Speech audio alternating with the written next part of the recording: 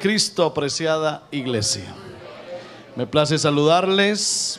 Me alegra mucho ver por aquí a la hermana Amparo. Saludo para ella también en el nombre del Señor. Bueno, vamos a oír la voz de Dios. ¿Les parece bien? ¿Cuál es el eslogan de esta semana? Cuéntale a los tuyos. ¿Será que les predico ese tema? ¿O predico otra cosa distinta? Vamos a ponerle ese tema a esta noche al mensaje.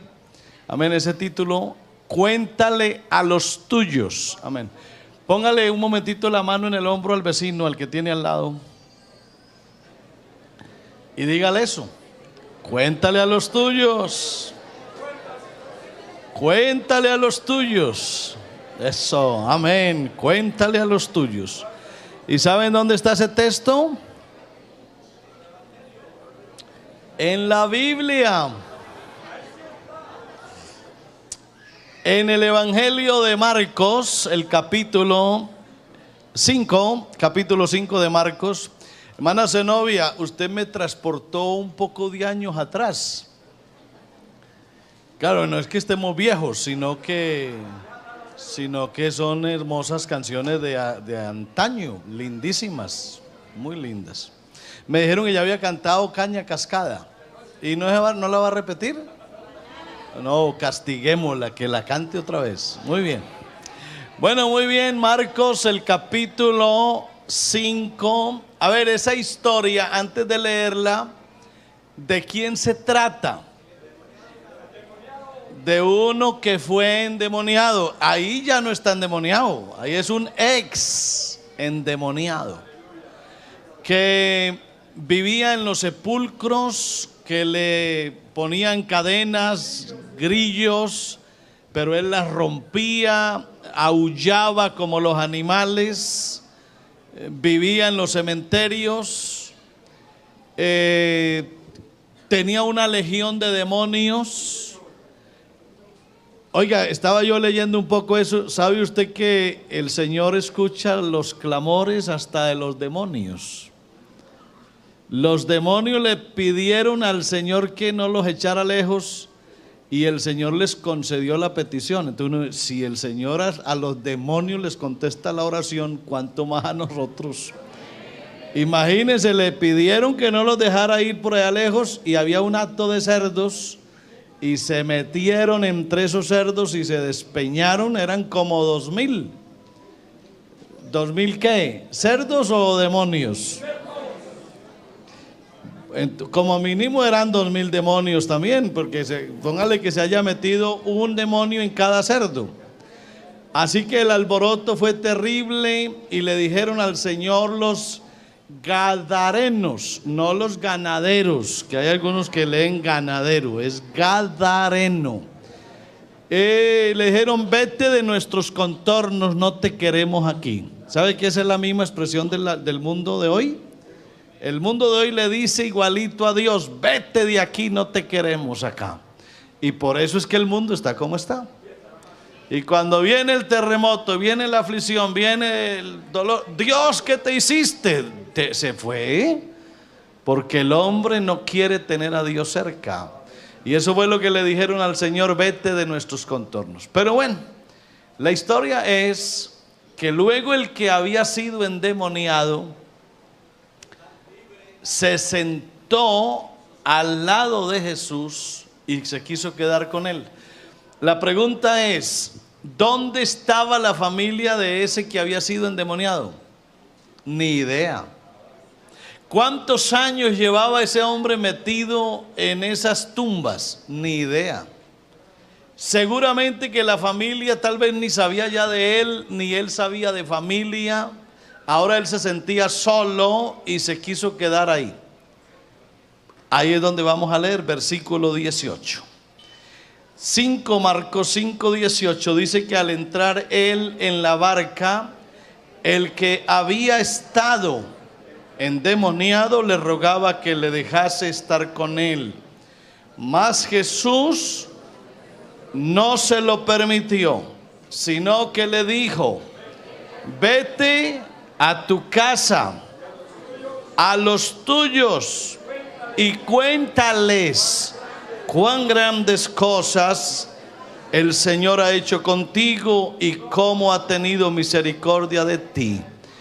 Y se fue y comenzó a publicar en Decápolis cuán grandes cosas había hecho Jesús con él, y todos se maravillaban. Amén. A ver, dígalo en voz fuerte: cuéntale a los tuyos. Aleluya. Siéntense, por favor.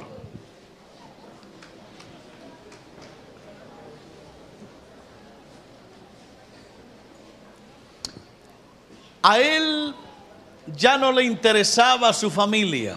Estaba tan emocionado con su transformación, con su liberación, que en lo que menos pensó fue en su familia. A lo mejor ya ni le importaba. Seguro pensó: bueno, yo llevo, no sé, 10, 20, 30 años metido en estos cementerios. ¿Qué será de mi papá? ¿Qué será de mi mamá, mis hermanos, mis primos, mis tíos? Seguramente que ya nadie existe. Y si existen, ¿qué se van ya a acordar de mí? Así que yo ya no existo tampoco para ellos. ¿Qué afán tengo yo de ir a buscarlos? Así que se quiso quedar ahí, sentado ya en su cabal juicio, a los pies de Jesús. Claro, una buena intención, excelente, porque ni modo que no se hubiese querido quedar ahí. Él estaba tan agradecido con el Señor, tan feliz, que dijo: déjame aquí, yo me quiero quedar aquí. Pero ese ya no era su lugar. Está bien que estés feliz, está muy bien que estés gozoso, muy bien que seas agradecido, perfecto que te quieras quedar aquí, pero aquí no haces falta. Este no es tu lugar. Ya hice en ti lo que tanto deseabas algún día. Ahora eres libre, pero no te puedes quedar aquí. Él entendió que la mejor manera de dar gracias es servir. Y quedándose ahí no lo podía hacer, así que tomó el camino que el Señor le trazó y se fue a buscar a los suyos. ¿Usted se imagina cómo fue ese escenario cuando su familia vio llegar a un hombre totalmente cambiado, totalmente transformado, regenerado? Seguro que de lejos lo veían y decía: ¿ese quién es? Ese se parece. Pero cuando llegó y estuvo cerca, ya no hubo dudas. Él era. ¿Cree usted, aunque la Biblia no lo diga, que esa familia de él se impactó al ver a ese hombre transformado? ¿Cree usted que Dios también hizo una obra especial, no solo en la familia de él, sino en las familias de esas ciudades vecinas? Algo maravilloso pasó, porque la Biblia dice que todos se maravillaron. Así que esa obra que Dios había hecho en ese hombre sirvió para que muchas familias se convirtieran a Dios. Ahora, yo no sé qué pasó en su casa, pero en muchas de las casas nuestras nos convertimos en varios miembros de la familia, porque hubo uno que conoció al Señor primero que todos. En mi casa, mi segundo hermano de los mayores era un hombre perverso, perdido en el pecado, en el licor, en la droga, en la fornicación, su hogar destruido, sus hijos casi que aguantando hambre. Era de verdad lastimoso ver cómo él llevaba su hogar. Estuvo herido de muerte varias veces. Nadie daba nada por él. En mi casa mis padres sufrían permanentemente con él. No había esperanza. Pero un día a ese hombre alguien le habló de Cristo. Y de un momento a otro Dios lo transformó. Cuando llegó a la casa nuestra, nos quedamos todos sorprendidos. Yo era un adolescente de 15 años. Era testigo de todos los problemas que había en mi casa y con él. Yo mismo sabía las veces que había estado a punto de morirse. Así que cuando lo vimos llegar, fue toda una noticia. En el barrio en donde nos criamos, la gente se sorprendió porque dijeron: ese hombre es otro, algo le ha pasado. Así que él de una vez, después que Dios empezó a obrar en él, a donde él primero fue a la casa paterna, y allá nos sentamos todos alrededor a escuchar qué le había pasado. Pues bien, la historia siguió, se transformó en un hombre totalmente nuevo, y detrás de él seguimos otros en mi casa, y gracias al testimonio de él es que ustedes tienen hoy quien les esté predicando aquí. Así que vale la pena ir a los tuyos a contarles lo que Dios ha hecho en la vida tuya. Yo no sé si solo nos pasó a nosotros, pero quisiera ver la mano levantada de aquí de alguien a quien le pasó algo parecido cuando un familiar fue a tu casa a testificar de lo que Dios había hecho en él. No sé si a alguien le pasó aquí. Amén. Levante la mano a que alguien haya visto a alguien en su familia así. Mire la cantidad de hermanos a quienes les ha pasado eso. Es más, está comprobado que la iglesia va creciendo es en el orden de las familias, porque es lo primero que debe pasarle a uno cuando uno se convierte a Dios. Yo siempre lo he dicho y creo que lo diré no sé hasta cuándo, tal vez hasta que alguien me diga me demuestre lo contrario. Para mí, el mejor predicador que existe no es aquel que gana multitudes afuera, sino el que se gana primeramente a su familia. Y por eso yo a algún día le digo: Señor, vuélveme un buen predicador, vuélveme un buen predicador, que yo sea capaz de ganarme a mi familia. Porque entre otras cosas, hermano, pues es bueno ir y buscar al vecino y buscar al señor desconocido y hablarle de Cristo al compañero del colegio, de la universidad, o al obrero que trabaja con nosotros. Excelente, eso hay que hacerlo. Pero creo que por algo hay que empezar, y es ir primeramente a los tuyos. ¿Sabías que cuando el Señor estuvo presente después de la resurrección y antes de ascender al cielo, Él a sus discípulos les dijo una frase clave? Les dijo: recibiréis poder cuando haya venido sobre vosotros el Espíritu Santo, y me seréis testigos en todo el mundo. En todo el mundo. Pues sí, en todo el mundo, pero les dio un orden. Él les trazó un orden de prioridades. Él primero les dijo: ustedes han de ser testigos en Jerusalén, y luego en toda Judea, y después en Samaria, y después hasta lo último de la tierra. Es decir, no hay que ir hasta lo último de la tierra.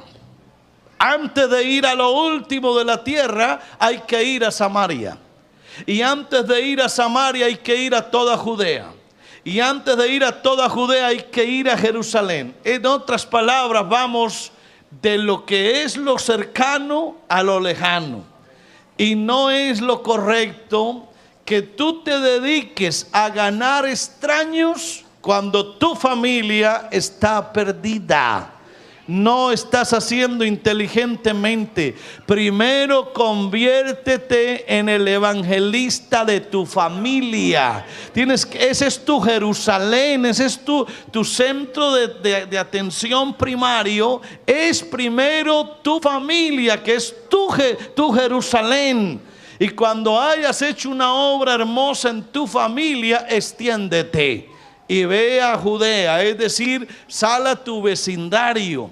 Y cuando ya hayas hecho un gran trabajo en tu vecindario, entonces ahora has de ir hasta Samaria, que es a regiones alejadas, y después donde Dios te mande. Pero primero es tu familia. Ojalá que eso no se nos olvide. Yo pensaba en el modelo que Dios usó para con Israel. Obviamente que nosotros no somos Israel. Ni somos Israel, ni queremos ser israelitas. Respetamos a Israel, respetamos a los judíos, el pueblo hebreo, los admiramos, oramos por ellos, pero nosotros somos la iglesia de Jesucristo. Así que aquí nadie venga a judaizarnos a nosotros. No necesitamos ni queremos ser judíos. Pero sí, claro, vemos lo que a ellos les pasó. ¿Sabían ustedes que en los mandatos que Dios le dio a Israel, la prioridad para ellos no era hacer prosélitos entre las naciones? Usted no va a ver en Israel, en el Antiguo Testamento, un mandato en donde Dios le diga a los hebreos: ve a las naciones a hacer prosélitos. No.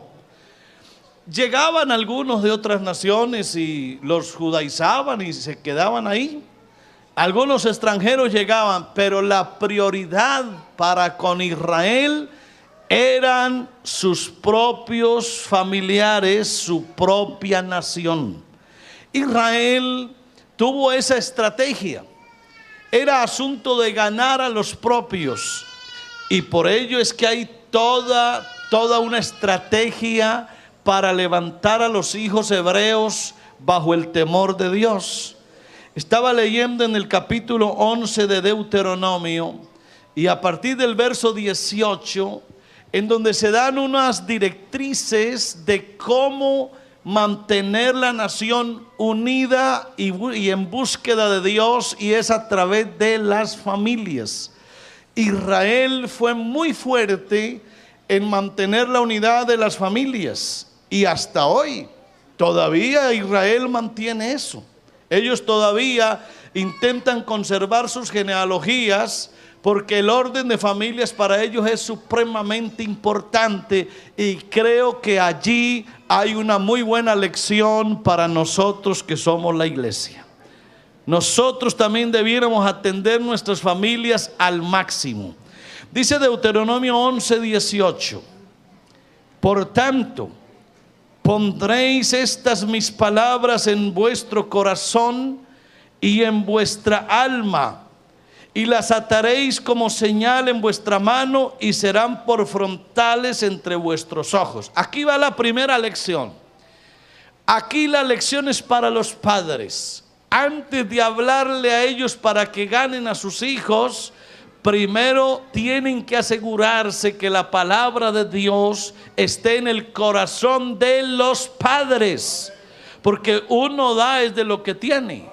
Yo no puedo dar de lo que no tengo, y para yo darle palabra a mis hijos, yo tengo que estar lleno de palabra, porque de la abundancia del corazón habla la lengua. Y dice, y después que mis palabras estén en tu corazón y en tu alma, y estén atadas como señal en vuestra mano, entonces las enseñarás a vuestros hijos, hablando de ellas cuando te sientes en tu casa, cuando andes por el camino, cuando te acuestes y cuando te levantes. Y las escribirás en los postes de tu casa y en tus puertas, para que sean vuestros días y los días de vuestros hijos tan numerosos sobre la tierra que Jehová juró a vuestros padres que les había de dar, como los días de los cielos sobre la tierra. Qué hermosa lección, qué hermosa lección.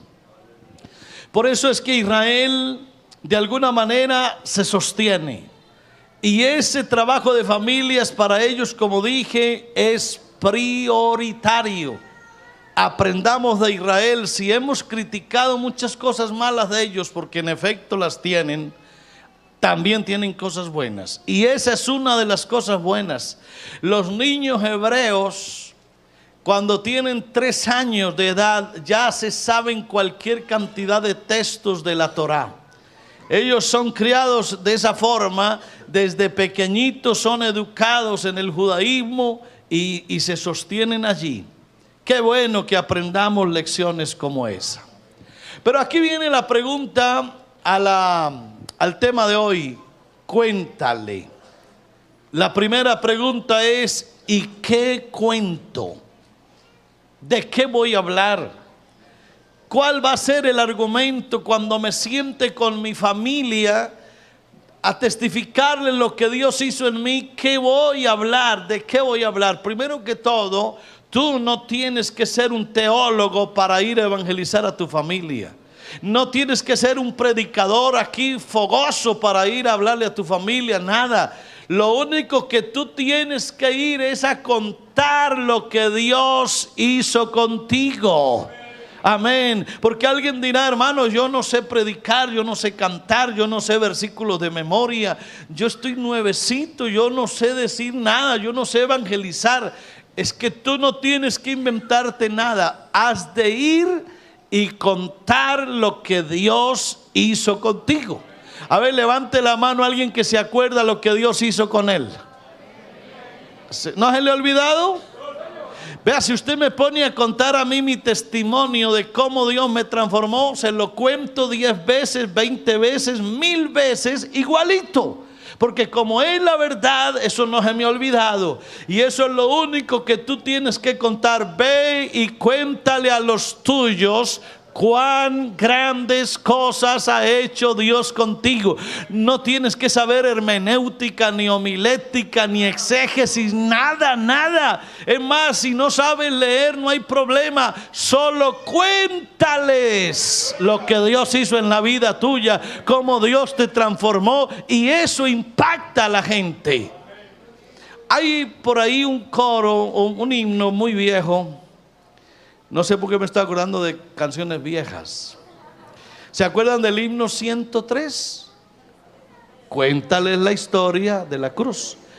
Cuéntales la historia del bendito Cristo, que a los pecadores compasivos ve. Diles que en el Gólgota Dios ha provisto salvación eterna por la fe.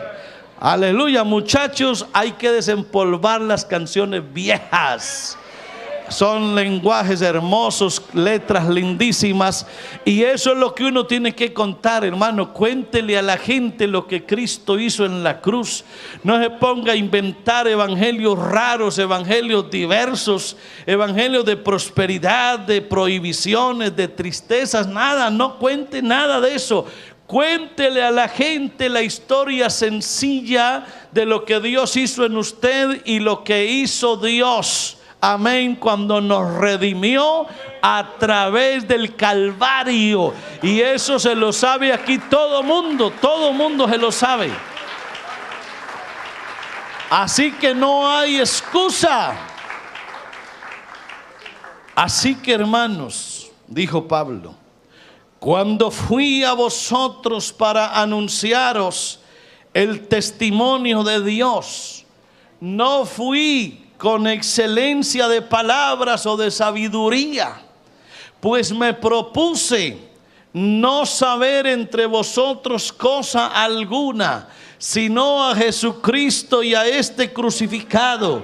Y estuve entre vosotros con debilidad y con mucho temor y temblor, y ni mi palabra ni mi predicación fue con palabras persuasivas de humana sabiduría, sino con demostración del Espíritu y de poder, para que vuestra fe no esté fundada en la sabiduría de los hombres, sino en el poder de Dios.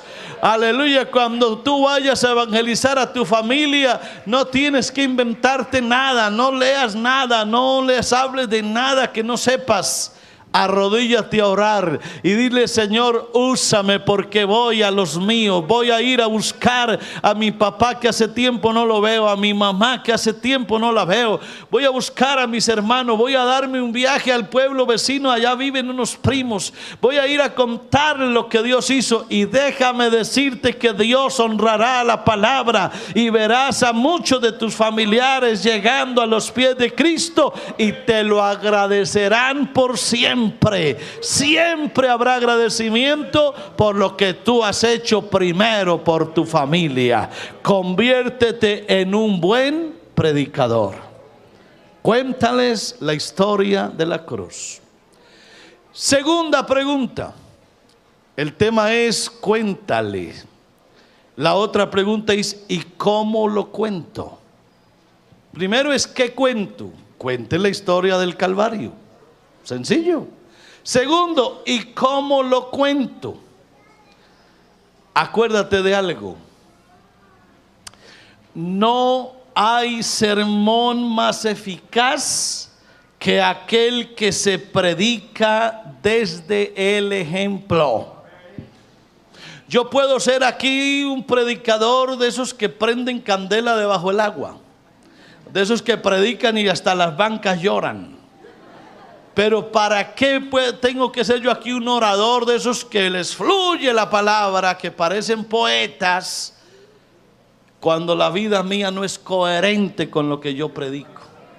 ¿De qué le sirve a usted venir esta noche a verme aquí a hablar de Cristo y de pronto dirá: uy, como predica de bonito, y luego me ves mañana por ahí en las calles haciendo cosas mal hechas, o saludando a alguien con malas intenciones o con malas actitudes?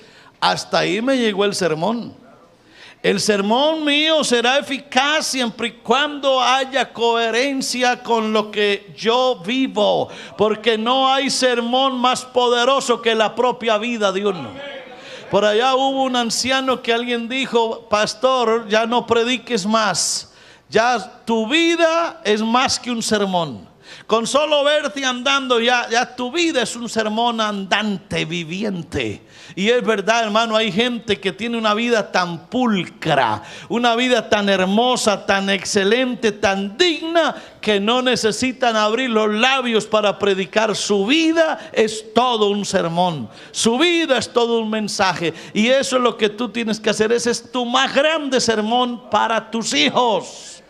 Porque ¿de qué le sirve a tus hijos que tú los forces a venir a la iglesia, que los canses hablándoles de Cristo, enseñándoles a orar, haciendo una cantidad de cosas, y tu vida no se vive en dignidad?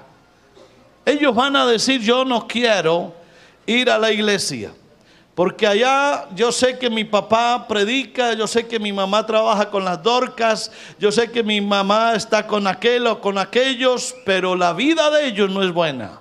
Ellos no viven lo que predican, y yo no quiero ir a la iglesia a ser un hipócrita, porque yo sé que en la iglesia hay gente así, que allá hacen palmas y se visten largo y su pelo es largo y todo es largo, pero hay otras cosas que son cortas, y es su testimonio.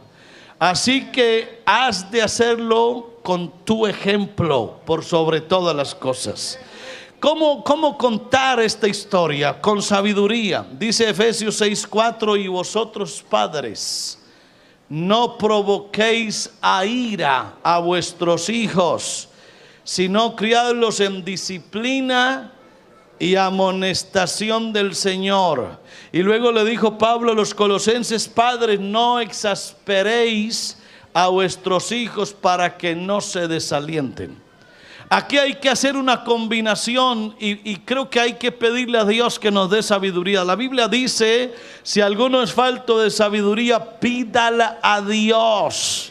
Y es bueno que tú le digas: Señor, dame sabiduría para hablarle a mis hijos, para ganarme a mi cónyuge para Cristo, para ganarme a mis padres. Dame sabiduría.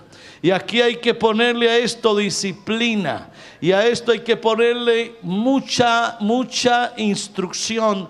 Esa palabra, no exasperéis, quiere decir no los asfixiéis, no los agotéis, no los obliguéis.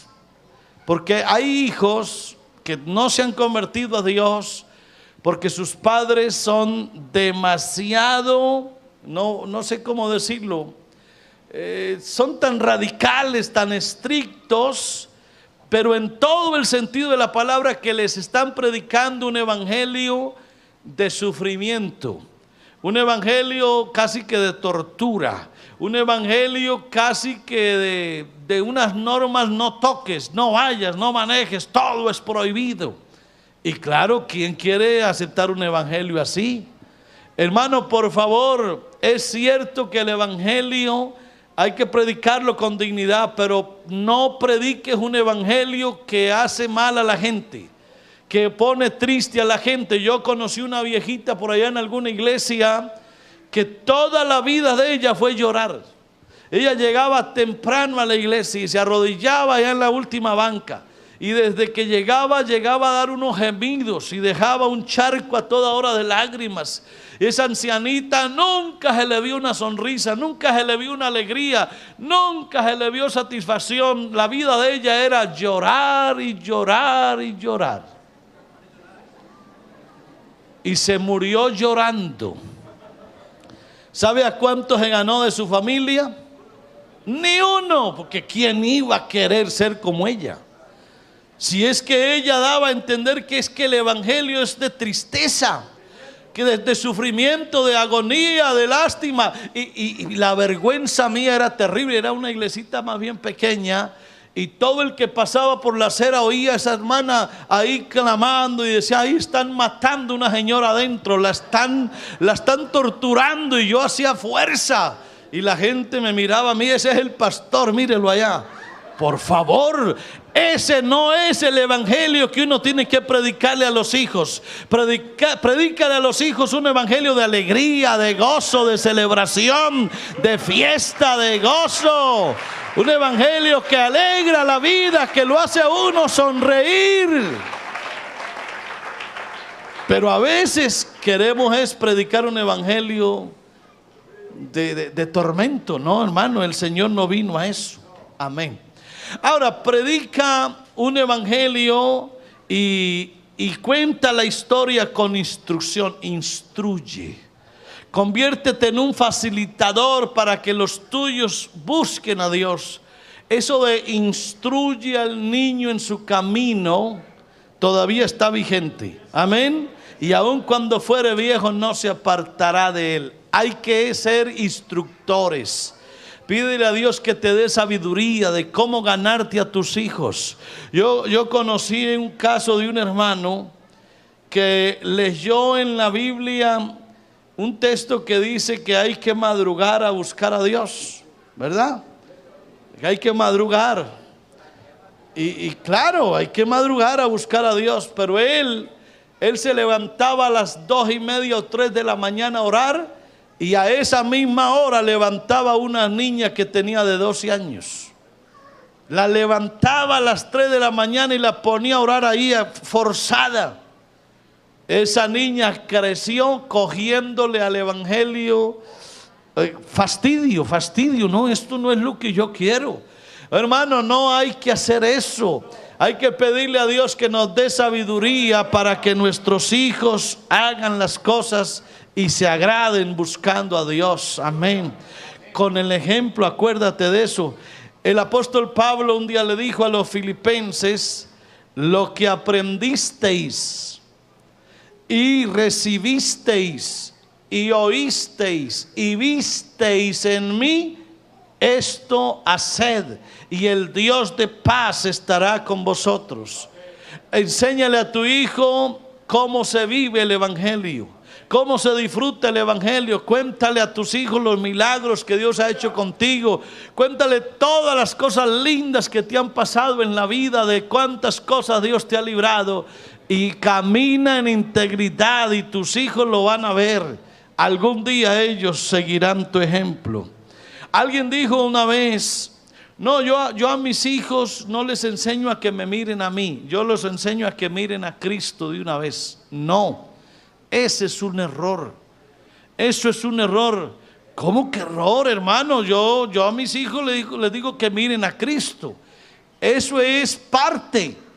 ¿Sabe qué dijo el apóstol Pablo un día? Dijo: sed imitadores de mí, así como yo de Cristo. En otras palabras, a ellos hay que darles una vueltica. No es mira a Cristo, no, mírame a mí, así como yo miro a Cristo. Haz esta vueltica y eso es más favorable, porque ellos van a ver en mí cómo es que el evangelio se vive, cómo es que el evangelio se cree, cómo es que el evangelio se obedece. Y cuando ellos aprenden a imitarme a mí, aprenden también a imitar a los que así se conducen. Dice Filipenses 3:17: hermanos, sed imitadores de mí y mirad a los que así se conducen según el ejemplo que tenéis en nosotros. Y luego se dedicarán a imitar a la iglesia. Dice primero a los Tesalonicenses 2:14: porque vosotros, hermanos, vinisteis a ser imitadores de las iglesias de Dios en Cristo Jesús, y terminarán imitando a aquellos que por la fe y la paciencia heredan las promesas. Así que ahí está. Número uno, amén. ¿Qué cuento? Cuento el evangelio. ¿Cómo lo cuento? A través de mi ejemplo. Tercero, ¿y por qué lo cuento? ¿Por qué? ¿Por qué lo cuento? Sencillito, hermano querido. Porque es mi deber. Porque yo soy testigo de lo que Dios ha hecho. ¿Cómo no voy yo a decir lo que Dios hizo en mí? Hermano, ¿cómo me voy a quedar yo en silencio después de lo que Dios hizo conmigo? Esto es imposible callarlo. No hay manera de uno guardarse esto en secreto.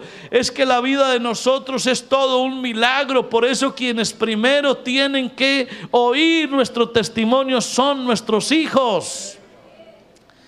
Yo le decía a algunos maestros de escuela dominical en algún congreso alguna vez, les decía: hermanos, ustedes que son maestros de escuela dominical, ¿cuántas historias han contado? Contaron la de Moisés en la arquilla, contaron la de Abraham, contaron la de Jacob, la de David, todas. Y yo le decía a los muchachos aquel día: les voy a hacer un reto, un desafío. El próximo domingo que les toque clase de escuela dominical, cuéntenle a los niños una historia, pero no la de ninguno de los personajes bíblicos. Cuente cada uno de ustedes su propia historia. Cuente qué pasó con usted, dónde estaba, qué hizo Dios con usted, cómo Dios metió la mano, cómo lo salvó, cómo lo llenó con el Espíritu Santo, cómo habló en otras lenguas, cómo le sirvió a Dios. Todo, cuente todo eso, porque eso es lo que hace que la gente sea impactada con el poder del evangelio. Usted tiene que contarlo, hermano, no se quede callado. Porque si usted se calla, las piedras hablarán. El apóstol Pablo un día dijo: pues si anuncio el evangelio, no tengo por qué gloriarme, porque me es impuesta necesidad, y ay de mí si no anunciar el evangelio. Ay de mí.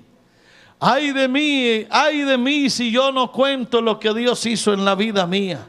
Y dice: por lo cual, si lo hago de buena voluntad, recompensa tendré, pero si de mala voluntad, la comisión me ha sido encomendada. Usted y yo tenemos ese deber. Es una deuda adquirida. Eso ahí es una cuenta por pagar, hermano querido. Lo que tú recibisteis por gracia, has de darlo por gracia. Además, para ti va a ser un honor, un privilegio ver cómo Dios te usa para que los que están en tu entorno familiar busquen a Dios. No hay nada más maravilloso que ver a nuestra familia a los pies de Cristo. Ese es el sueño que tú y yo debemos tener, y no debemos cansarnos hasta que eso se logre. A su nombre gloria, a su nombre la gloria. ¿A quién se lo cuento? ¿A quién? En tu casa, si tu esposa o tu esposo no son convertidos, saca tus ratos para que le hables de tu pasado. Si tus hijos no se han convertido a Dios, y aún si lo son, saca tiempo para que les cuentes la historia de tu niñez, de cómo sufriste, cómo fueron tus padres, cómo era la vida, cómo era el sufrimiento, cómo era tu pobreza, cómo era tu ignorancia, cómo eran tus vicios, cómo fue tu maldad. Cuéntale a tus hijos todo lo malo que te pasó en la vida. Ese es un muy buen tema para hablar con los hijos. Cuando te sientes en el comedor con ellos, que ojalá no pierdas esa costumbre, por favor, guarda tu celular. Guarda ese celular, apágalo, déjalo por allá, no lo lleves a la mesa, porque ese es otro mal endémico que nos está pasando ahora. Estamos tan comunicados que nos volvimos lejanos, y están los 2 o 3 o 4 hablando en la mesa y todo el mundo un teléfono aparte. Olvídate de teléfonos en ese momento y cuéntales tu historia a tus hijos, y verás, hermano, lo que eso impacta, verás lo que eso hace. Amén. ¿Por qué se lo tengo yo que contar a mis hijos? Quiero invitarle a que miremos el Salmo 78. Espectacular ese texto del Salmo 78. Vamos a abrir la Biblia un momentito y leamos unos 7 versos al principio. Escucha, pueblo mío, mi ley. Inclinad vuestro oído a las palabras de mi boca. Verso 2. Abriré mi boca en proverbios. Hablaré cosas escondidas desde tiempos antiguos, las cuales, escuche bien, hermano querido, que esto sí funciona, las cuales hemos oído y entendido. Uno primero oye y después entiende. No entiende sin oír. Uno primero tiene que oír. ¿Y qué hemos oído? Dijeron ellos. ¿Y qué hemos entendido? Aquello que nuestros padres nos las contaron. Paremos un momentito ahí.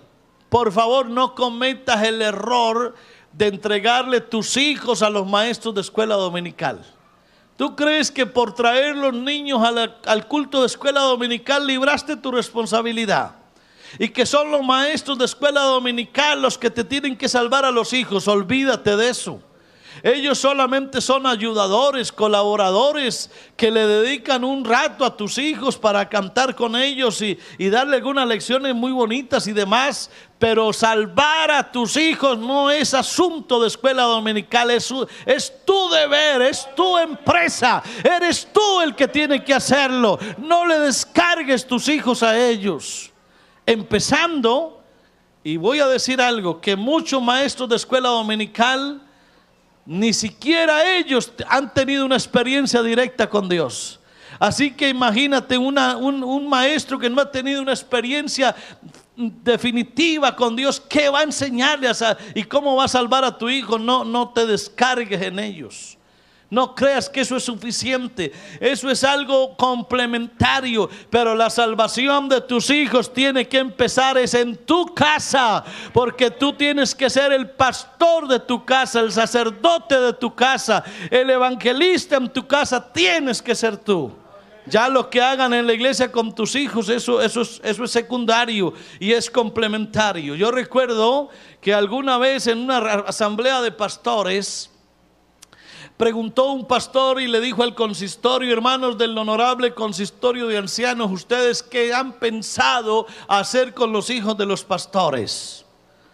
Y respondió quien presidía en el momento y dijo: nada. Eso lo tienen que hacer son ustedes, porque ellos son hijos de ustedes. Son ustedes los que tienen que pensar en sus hijos. El consistorio, ¿qué va a hacer con sus hijos?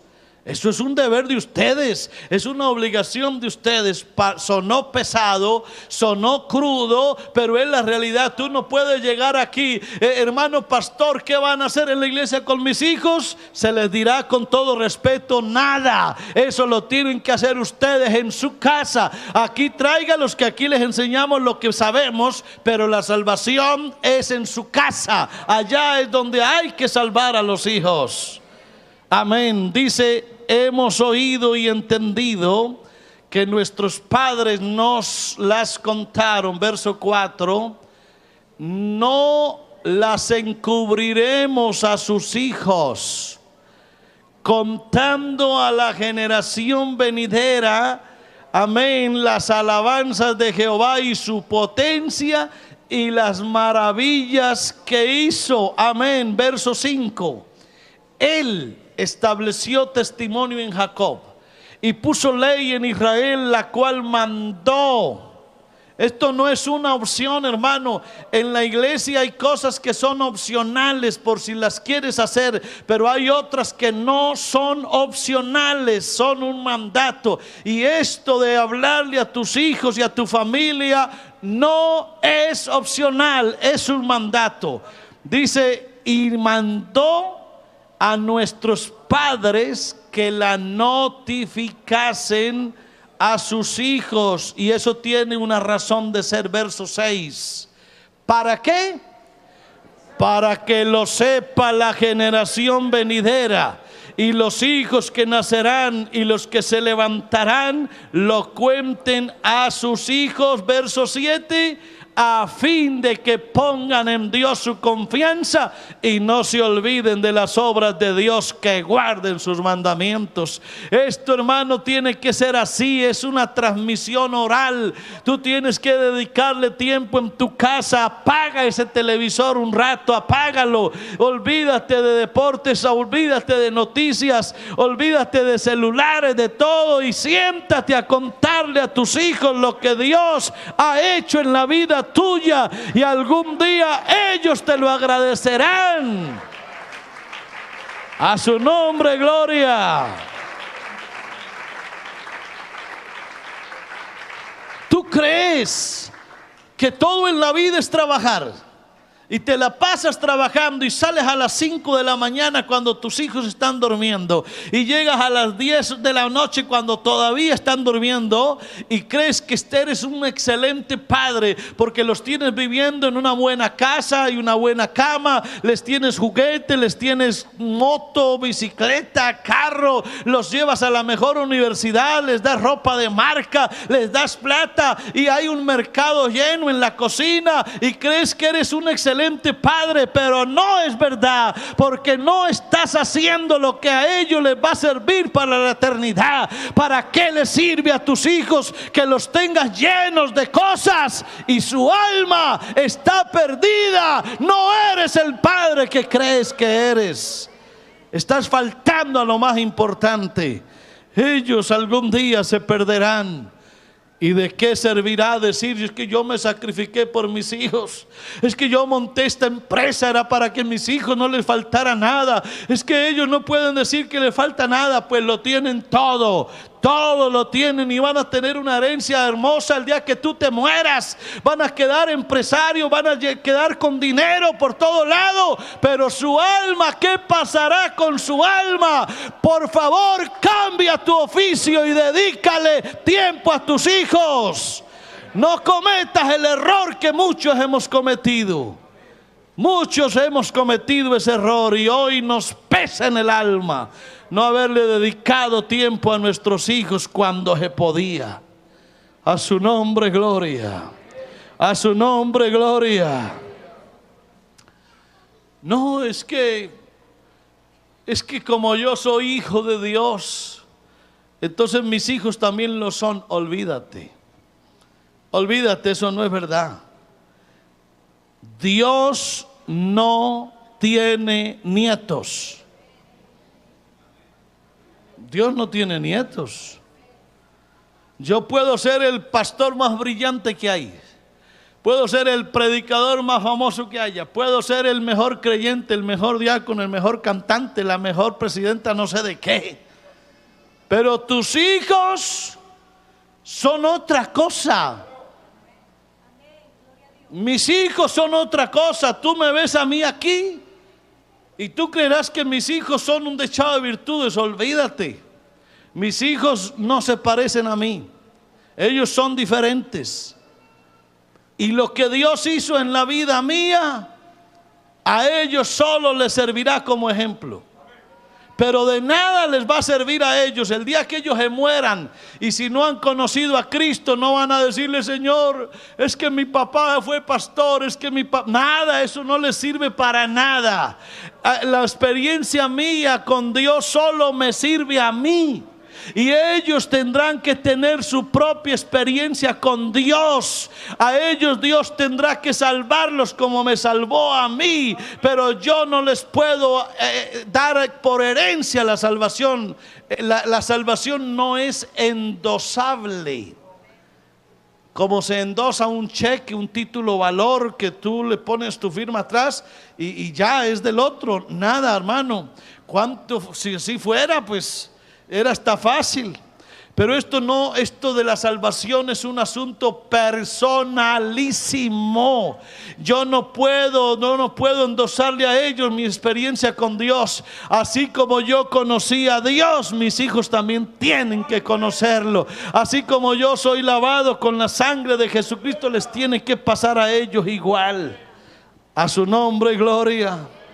Por eso olvídate que tus hijos son nietos de Dios. Nada de eso, no lo son. Ahora viene otra pregunta, que aquí ya es donde empieza esto a preocuparnos. ¿Y cuándo le contaré a mis hijos lo que ellos necesitan saber? ¿Cuándo? No, voy a dejarlos que crezcan. Voy a dejarlos que ellos ya se vuelvan mayorcitos. Voy a dejarlos que sean adolescentes. Voy a esperar que se casen. Voy a esperar que sean ya mayores. Olvídate, hermano, de pronto se hace demasiado tarde. A tu hijo hay que hablarle de Cristo desde que está en el vientre de la mamá.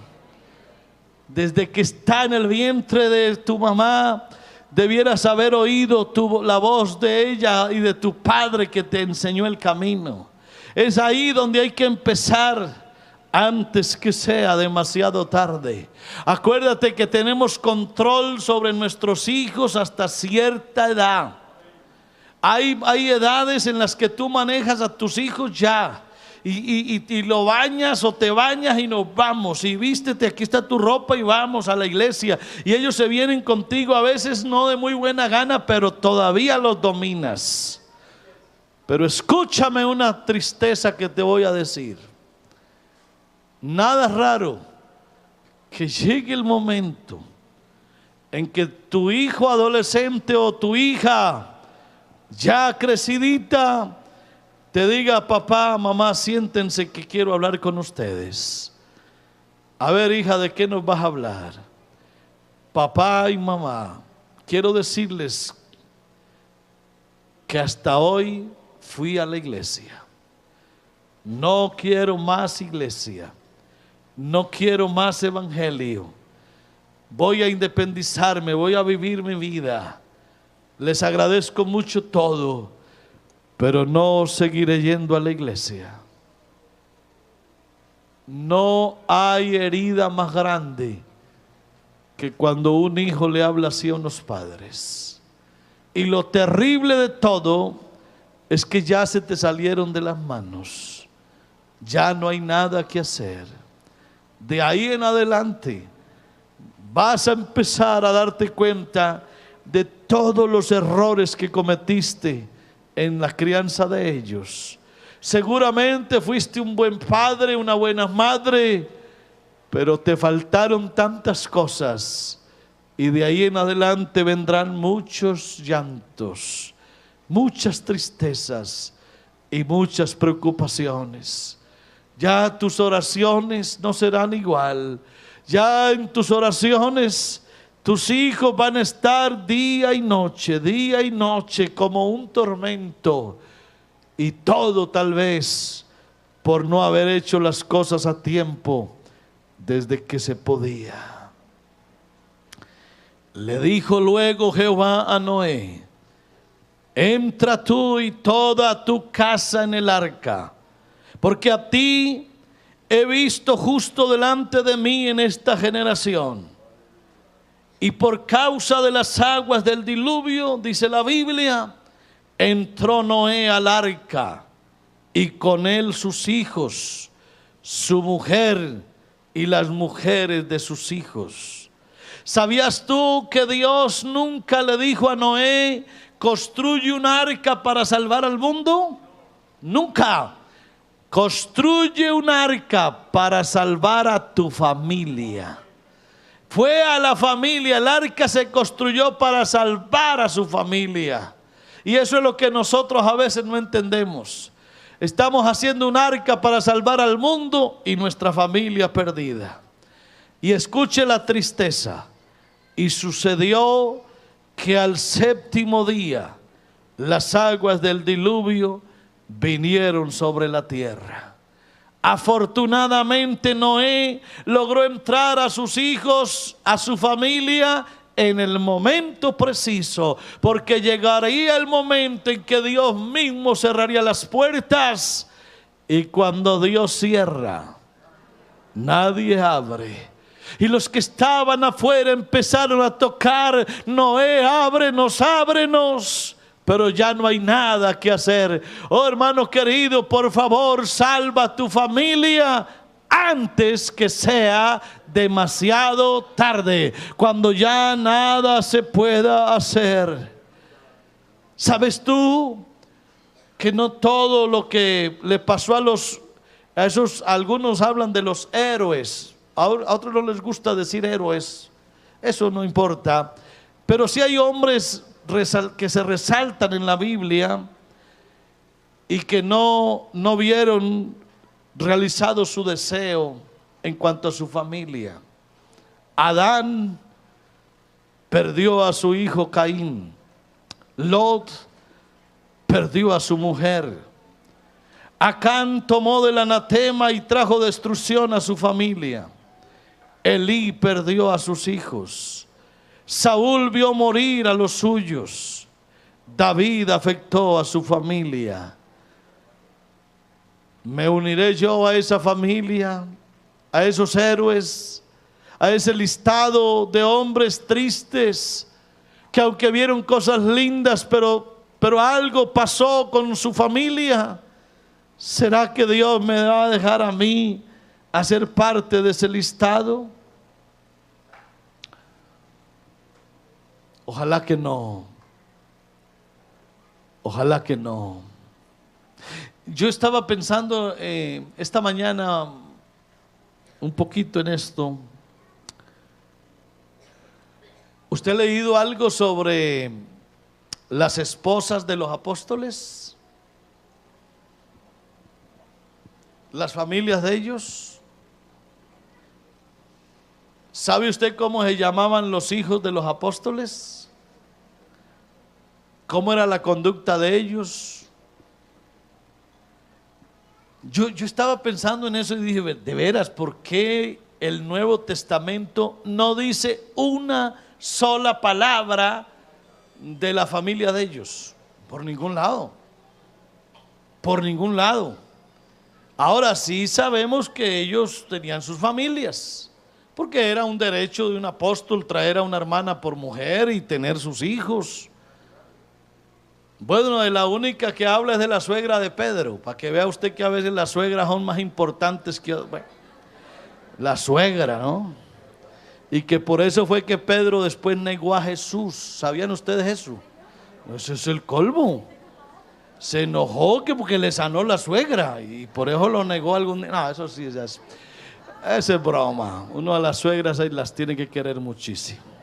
Pero verdad, curioso, hermano, curioso que la Biblia no habla por ninguna parte de las esposas de ellos, ni de los hijos, ni de las hijas, nada, como si fueran solos. ¿Por qué? Tan raro, ¿no le parece a usted que es como raro?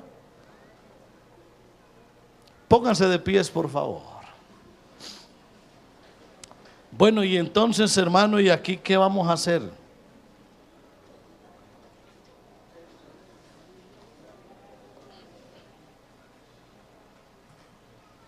Advierto que a veces alguien después de oír un sermón de estos se me arrima, se me acerca y me dice: ay, pastor, qué sermón tan bonito. Le voy a decir algo, hermano, a mí este sermón de bonito para mí no tiene nada, esto no tiene nada de bonito.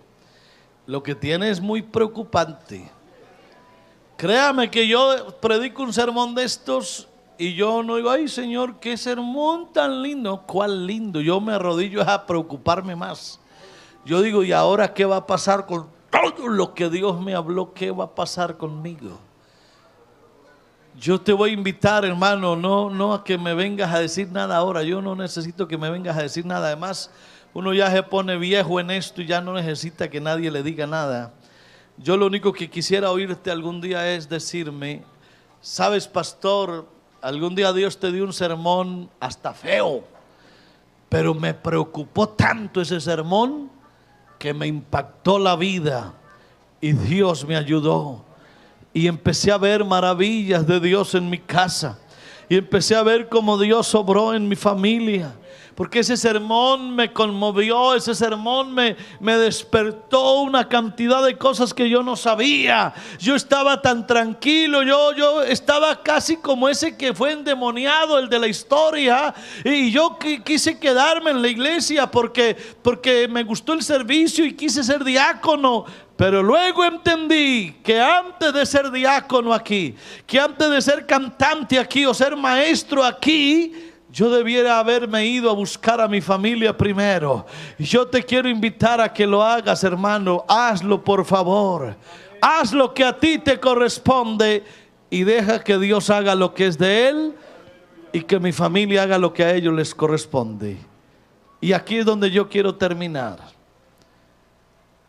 ¿Qué hace cada quien? Para que mi familia se salve, hay 3 actores. Número 1, Dios. Número 2, yo. Y número 3, mi familia. ¿Qué hace cada quien? ¿Qué hace Dios? Dios quiere salvar a mi familia. De eso no hay ninguna discusión. Dios provee lo necesario para ser salvo. Eso todo lo hace Dios.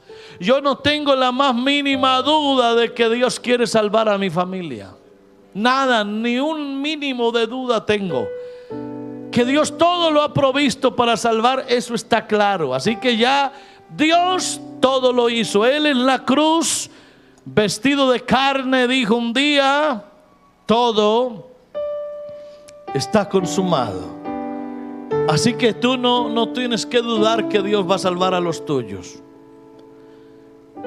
Tiene que entrar en la escena un segundo actor. Y ese segundo actor soy yo. Yo tengo que ir a predicarle a mi familia. Tengo que ser ejemplo para ellos. Tengo que orar por ellos todos los días de mi vida. Y tengo que esperar en las promesas de Dios. Por ahí vamos bien. Dios los va a salvar. Lo ha provisto todo. Y yo soy el vaso que Dios va a usar. Yo soy de mi familia el que conoció al Señor primero. Y yo estoy obligado a ir a buscar a los míos y contarles cuán grandes cosas ha hecho Dios conmigo. Oraré por ellos, seré ejemplo y me dedicaré a esperar en las promesas de Dios. Y luego viene un tercer actor, que es ya mi familia directamente. Ellos tendrán que tomar al fin la decisión. Yo intercederé por ellos todos los días de mi vida, para que Dios se meta en sus corazones, como se metió en el mío hace un tiempo ya. Yo quiero ver a mi familia toda rendida a los pies de Cristo. Yo quiero pedirle perdón a Dios en esta noche por mi negligencia, porque no he cumplido lo que Él me ha mandado. Yo no sé si tú has asistido al funeral de alguno de tus familiares, de tus seres queridos que se han muerto sin conocer a Cristo. ¿Qué siente uno, hermano, cuando uno va a un velorio? Al velorio de mi papá, que se muere sin conocer a Cristo. Al velorio de mi mamá, que nunca conoció a Cristo. Al velorio de mis hijos, que se murieron sin conocer a Cristo. Al velorio de mi cónyuge, que nunca conoció a Cristo. Yo quiero pedirle perdón a mi Dios esta noche por lo negligente que he sido, porque no he ido a los míos a contarles cuán grandes cosas Dios hizo en mi vida. Y yo voy a hacer un voto esta noche. Voy a hacer un voto esta noche. Y le voy a decir: Señor, me comprometo hoy delante de ti. Yo voy a ir a buscar a mi familia y le voy a contar cuán grandes cosas tú has hecho conmigo.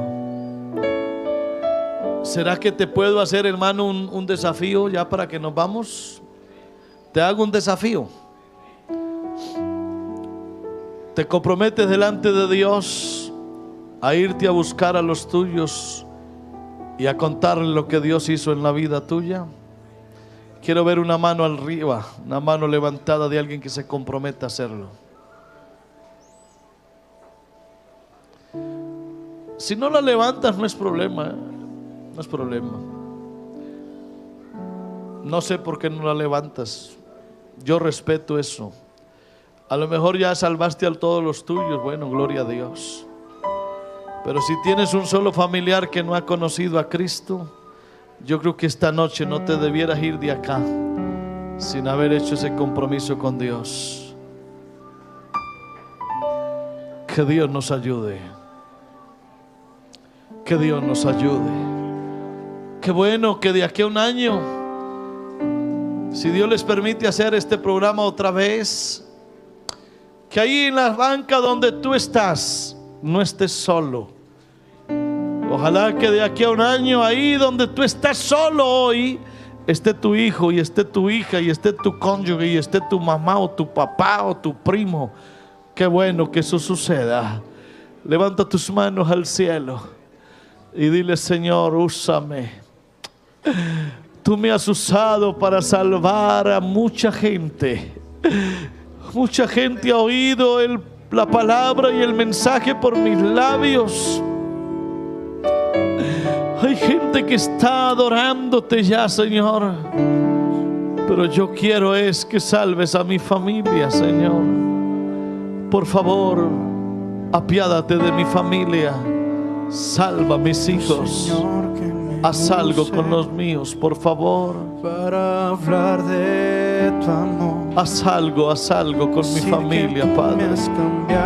Perdóname todo lo que he hecho, toda mi negligencia, Señor. Necesito ver a mis hijos sirviéndote y adorándote, Padre. Aquí estoy delante de ti, reconociendo mi falla, Señor. Salva a mi familia, Padre, te lo ruego. Úsame cuando alguien necesite de ti. Úsame cuando las pruebas del mundo estén. que pueda yo anunciar que salvas tú y que al mundo le das la paz que anhela tener. Úsame, oh Señor, cuando me veas cansado, casi para desmayar, y sean mis fuerzas tan pocas que quiera volver atrás, extiéndeme de tu mano y lléname de valor para seguir anunciando que tú eres el Salvador. Úsame cuando alguien necesite de ti. Úsame cuando en pruebas el mundo esté, que pueda yo anunciar que salvas tú y que al mundo le das la paz que anhela tener. Úsame cuando alguien necesite de ti. Úsame cuando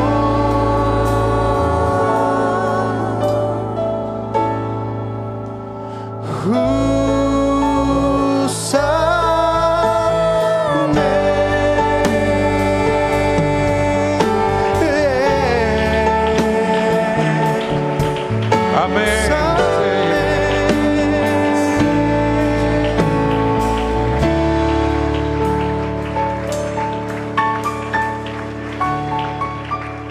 Ese alguien quien más necesita de ti es tu familia.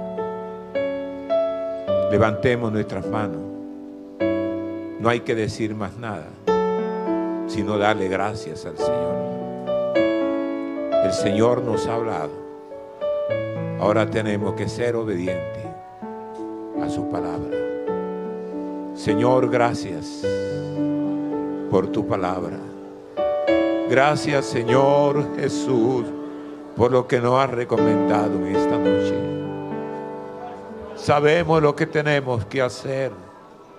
Sabemos que lo que más amamos es a quienes debemos de darle la buena noticia, de ser diligente con cada una de ellas. Oh Dios, gracias a ti. Amén. Denle un aplauso grande al Señor.